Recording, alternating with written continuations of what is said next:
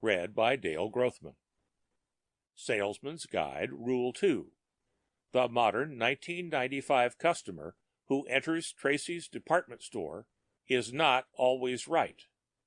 But as far as you are concerned, he is. The Salesman, by Waldo T. Boyd. The little green cue light blinked 3 times.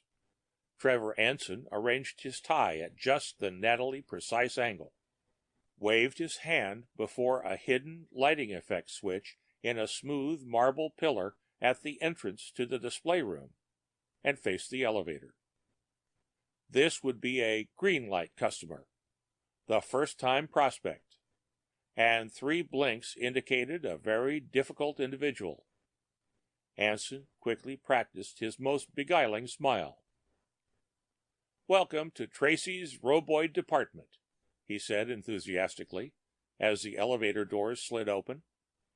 His practiced smile was just right. He quickly noted the man's conservative dress and flaming red tie. Aggressive type, Anson decided. A shock of red hair that didn't want to lie down hinted that he was stubborn as well. "Heard you've got a sale on robots," Red Tie said challengingly as he stepped aside for his wife. The woman who stepped off the elevator smiled, showing a lovely dimple, and Anson beamed at her. A tiny flake of a hat perched atop her auburn hair reminded Anson of the comb on a Rhode Island red. "Not robots, sir," Anson corrected diplomatically. "The plasticast roboid is not exactly a robot." "Well, anyhow, trot one out and we'll see what it looks like. Millicent will never be satisfied until she's seen one of the things." He glared dramatically in the general direction of his wife, who pretended not to notice. Anson led them into the gray room. He mentally went over the applicable rule. Rule 23. Always introduce the marked down merchandise first. It may provide the customer with an incentive for buying something better. "These are last year's models," he said, with just the right flavor of distaste in his voice. "Of course, you might expect a slight reduction, a small percentage." Red Tie was muttering, "Damn mechanical things, full of wheels and wires. What's to keep 'em from running amok and killing us all?" "But dear, they don't have wheels anymore," protested the woman timidly. Her face was pretty, Anson decided, but it was obvious that the man would be the deciding factor in this sale. He made a mental note. Rule 31. Pick the individual of the family group who seems to hold the deciding voice, and sell. He remembered a portion of the sales talk he had memorized a few days before, and took it up, almost chanting.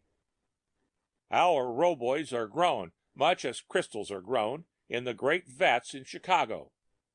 A plasticast roboid is guaranteed—" "Fat chance we'd have in collecting the guarantee if we were chopped into mincemeat," Red Tie interrupted, shuddering slightly as the implication of his own words hit him.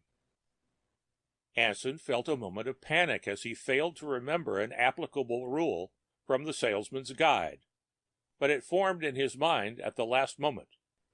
Rule 18. Never argue with a customer.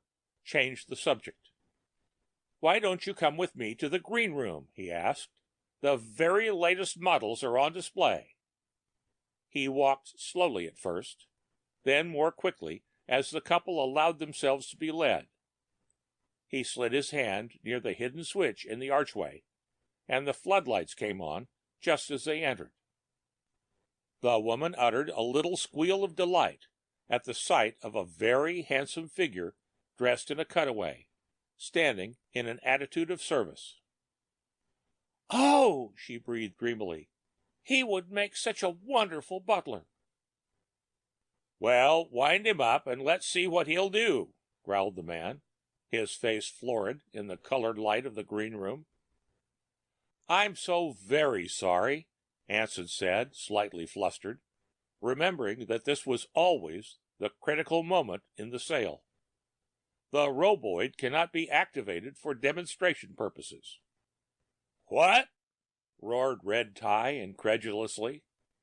Do you mean to say you want me to buy the damn thing without knowing whether it ticks or not? Anson tried desperately to remember the best rule for such an answer, but failed. He plunged desperately into his own explanation. You see, our roboids are matched to your family personality at the time of purchase and activated then. We cannot erase a personality once it has been transferred to their sensitive minds. He saw the disbelieving smirk on the man's mouth and felt that the sale was indeed lost. But he plunged on desperately. They're very economical. They don't require any upkeep, like food.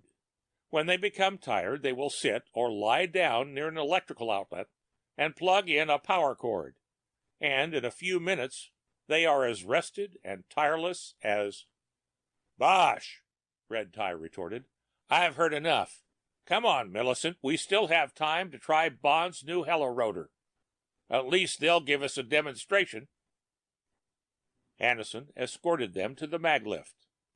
He felt better as he recalled the last rule in the guide, the one that seemed to cover the situation so well. Rule 50. If they balk because of the no demonstration rule, let them go. They will be back when they have seen one of their friends with a plasticast roboid. Goodbye, sir, madam, Anson said wearily as the maglift doors closed. Come again soon. He breathed a sigh of relief as the elevator cage dropped them from sight. A salesman, who had been standing by, spoke to Anson.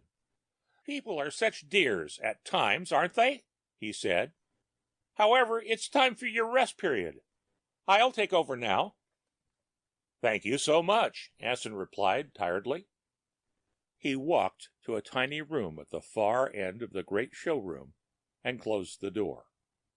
He stretched wearily out on a low, folding cot, the only piece of furniture, and reached for a tiny black power cord hanging nearby.